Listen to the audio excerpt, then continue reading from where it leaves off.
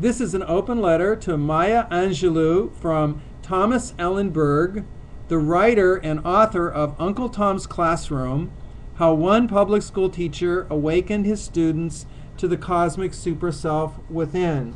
I'm coming to you tonight from Waikiki, Honolulu, Hawaii. It's January 2008.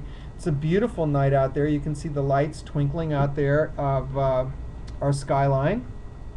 And I just want to begin by saying that Maya Angelou, along with Oprah Winfrey, have been two women who have profoundly uplifted my life and awakened me and helped me go for my dreams. I just received this Teacher of the Year award right here. Thank you very much.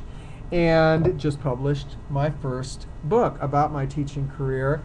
I want to first of all go back a little bit, all the way back to the 1970s, where I went to a party in the Castro district in San Francisco when I just started teaching, and met Maya Angelou. She was a young woman then. Hi Maya, you were a young woman then. I'm sure you don't remember me, but it was a brunch, and you went around the brunch during the day. Remember, they were very popular in the 70s, those Sunday brunches, and you went around telling everybody, what's your talent? What's your talent? We all have talents. The Bible says we have like 7 talents. Find your talent and perform it. Do it. Do what you were given the means to do through the talent that God gave you. Share it. Extend it. Don't be like the caged bird that doesn't sing. Sing it out. Do it. Sing your song. Say your poem. Do your whatever your gift is. So Maya, I just want to say I would love to send you my book and show you what I have done in response to not only your plea to those of us to stand up and express the divine cosmic super self that we really are, but also because it's time. It really is time. America has gone through a dumbing down, which is becoming harder and worse and more negative by the day. And I want to talk about the one aspect of that that I know the most about, and that's the dumbing down of our children, our beautiful children. I was a teacher for 37 years. I taught in the Peace Corps, in the Teacher Corps. I was in the Civil Rights Movement, met Martin Luther King, actually held his hand, and he taught me how to sing We Shall Overcome as he recruited my classmates to do some of the sit-ins in the South in the 60s. So after meeting Martin Luther King and John F. Kennedy, and I really felt that I had an obligation to America. And so I dedicated my entire life to public school teaching, and I taught in every grade, kindergarten through 8th grade, in the San Francisco public school system. And I love schools, I love teachers, I love educators, I love kids, I love parents, I love the whole thing about learning and growing and opening our minds and expanding. But slowly but surely, like Neo in Matrix, I began to wake up and realize, wait, something is going on here that is not called education. Education, as I'm sure you know, Maya, means to draw out the genius from within. Teaching means to take a fact and pound it into the brain until it becomes a fact. That's what No Child Left Behind cares about. This new educational paradigm that the school systems in America are suffering under right now terribly. Anyway, I began to wake up like Neo in the Matrix, and I began to realize that in the school systems we were creating a stratified society with the good athletes and the smart A kids up here, and then we had the B kids, and then the C kids in the middle, and then the D kids, and then the F kids. Well, you know where the F kids are. They're in all these prisons, which we now are building more prisons for prisoners than any other country in the world, not to mention the torture chambers, which is another whole story. Why are we so asleep now? Why are we so dumbed down? Why have we become zombies? Why have we allowed the American dream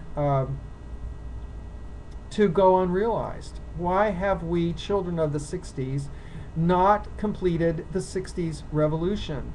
Well, Maya and Oprah and other people like you say that it's not too late. It really isn't too late. And so what I did was I got a sign, a giant sign, and put it in my classroom, a sixth grade classroom, that said "Free Speech Allowed." I told my children, you know what, let's forget this argument between creationism and evolutionism. Let's create a brand new curriculum based on freedom of education, freedom of thought, freedom of discourse, freedom of debate. And I told my kids, you bring in all the Bibles and sacred writings, you bring in the writings of Einstein, you bring in the writings of Darwin, you bring in the writings of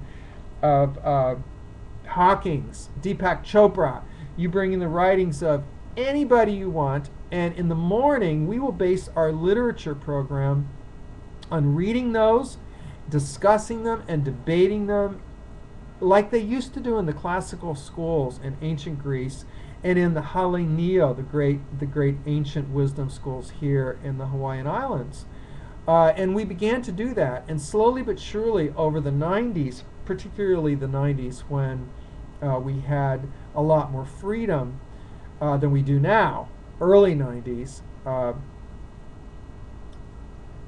during that period, we were allowed to give our children the freedom to create their own curriculum. And I based my philosophy on Joseph Campbell's ideas of, if you allow a child to find and follow their bliss, they will develop a curriculum, a self-teaching, self-learning curriculum, which I called the cosmic curriculum, or the super self, which will begin to reveal who they are, the particular individual genius from within them, and will keep them from becoming Uncle Toms, which is what the system is all about. The system wants our kids to be dumbed down, to forget to think for themselves and to think critically, to accept what they're told compliantly, or be punished drastically for that. And so now if you want to connect the dots and you want to say, why has America become this zombie kind of nation?